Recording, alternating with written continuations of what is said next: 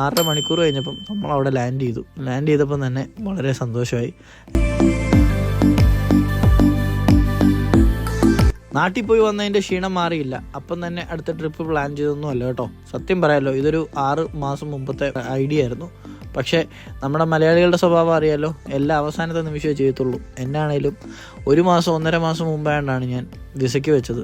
അത് റിഫ്യൂസിൽ കിട്ടുകയും ചെയ്തു. അതിനെക്കുറിച്ചല്ല ഇന്നത്തെ വീഡിയോ. ആദ്യത്തെ ദിവസമാണ് നമ്മൾ പോവുകയാണ്, UK പോവുകയാണ്. അപ്പം കാനഡയിൽ നിന്ന് നിർത്തി പോവുകയാണെന്ന് ചോദിച്ചുകൊണ്ട് വരുന്നവരോട് അല്ല കേട്ടോ. നമ്മൾ 2 പൂച്ചക്കുട്ടന്മാരെയൊക്കെ പരിചയപ്പെട്ടു. നേരെ ടൊറൻറ്റോയിലെത്തി വണ്ടി സൈഡിൽ പാർക്ക് ചെയ്തു. എന്നിട്ട് യൂബർ എടുത്ത് നേരെ എയർപോർട്ടിൽ ചെന്നു. നല്ല മഴ കാരണം എയർപോർട്ടിൽ ചെറുതായിട്ടൊരു ഡിലേ ഒക്കെ ഉണ്ടായിരുന്നു. എന്നാണേലും നമ്മുടെ പതിവായ പരിപാടി വീഡിയോ എടുത്ത് കഴിഞ്ഞിട്ട് എന്തെങ്കിലുമൊക്കെ ഭക്ഷണം കഴിക്കുക. ഭക്ഷണത്തിനെ കുറിച്ചൊക്കെ പിന്നെ പറയാം. എന്താണേലും നല്ല എക്സൈറ്റഡ് ആണ്. വർഷങ്ങളായിട്ടുള്ള എൻ്റെ ഒരു ആഗ്രഹമാണ് UK അഥവാ ലണ്ടൻ പോയെന്ന് കാണണമെന്ന്. UK ആണ്, ലണ്ടൻ അതിൻ്റെ ഒരു സ്ഥലമാണെന്ന് എനിക്കറിയാം. എന്താണേലും ഗൈസ് പറഞ്ഞു വരുന്നതെന്ന് വെച്ച് കഴിഞ്ഞാൽ 6.5 മണിക്കൂർ കഴിഞ്ഞപ്പം നമ്മളവിടെ ലാൻഡ് ചെയ്തപ്പം തന്നെ വളരെ സന്തോഷമായി. എന്നാണേലും എൻ്റെ മുഖത്ത് അതൊക്കെ കാണാൻ പറ്റുന്നുണ്ട്. ഇന്നത്തെ പരിപാടിയൊക്കെ പ്ലാൻ ചെയ്യാം. മര്യാദയ്ക്ക് ഉറങ്ങിയിട്ട് പോലുമില്ല.